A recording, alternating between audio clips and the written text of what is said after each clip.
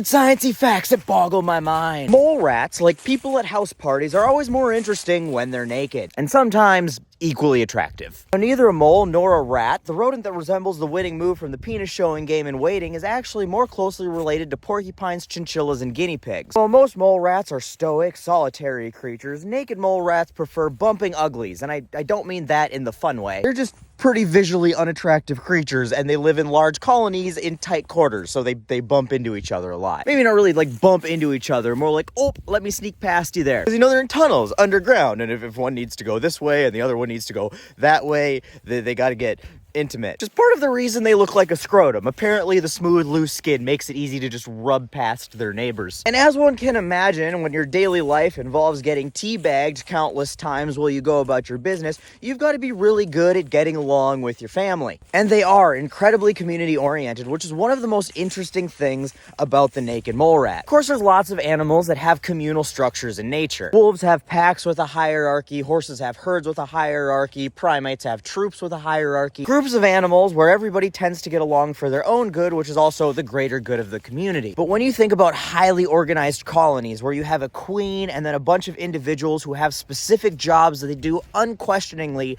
for the colony, in those situations, it's not normally mammals that come to mind. Those highly organized structures, to the likes that even people can't seem to replicate, are usually reserved for insects like bees, ants, and termites. But like how beehives and ant colonies have their queen and their workers and their soldiers, so do the naked mole rats. They live in colonies that involve tens to hundreds of individuals. They have networks of underground tunnels that cover up to 2.5 square miles. And unlike ants, bees, and slurm worms, where the queen and all of the individuals are born into their roles, female naked mole rats will fight, sometimes to the death, for the privilege of being queen. And then once a queen is established for dominance, she goes through this incredible Hulk process where she stretches out her vertebrae so she becomes longer and bigger and gets herself ready to start having pups. And then she picks a few lucky males who get to be her sex slaves, and that's going to be their entire job. And then all of the rest of the males become sterile, and all of the other mole rats assume a role. And those roles are workers and soldiers, just like in an insect colony. If a predator happens to slip down one of their holes into the colony, all of the soldiers will rush to that spot and form a human wall, except a naked mole rat wall, where they'll block the tunnel off. And then they're like, if you doubt your strength or courage, come no further, because death awaits you all with big, pointy, nasty teeth.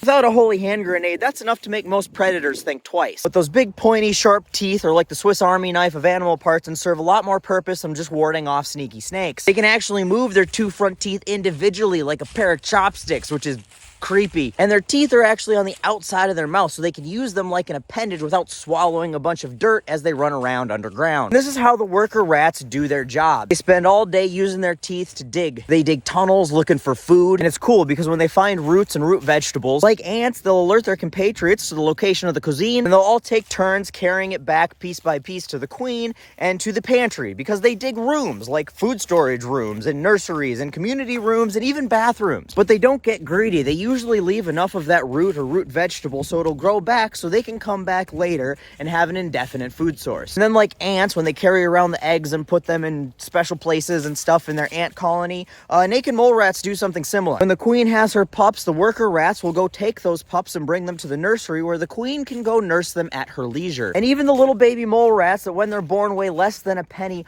already start showing the sense of community. A naked mole rat queen can have 27 pups at a time, and though I don't know how many nipples they have, I'm pretty sure it's not 27. But the little tiny pups will take quite little turns making sure that everybody gets the chance to nurse. And then after a few weeks, they get up and start wandering around to learn the tunnels and become a member of the colony. And while the queen is the dominant figure in the colony, unlike bees and ants, naked mole rat queens are a bit more akin to queens in France. Because other females, if they get oh so bold, can go all viva la revolution and challenge the queen for her title. So she will wander around the tunnels biting and bullying the other females to show them who's boss, until one of them shows the queen that it's not her anymore. But the fact that the naked mole rat is a mammal that can maintain a subterranean metropolis matrix with the ministries and magnitude that rival the Apis mellifera, well, that is pretty mind-boggling.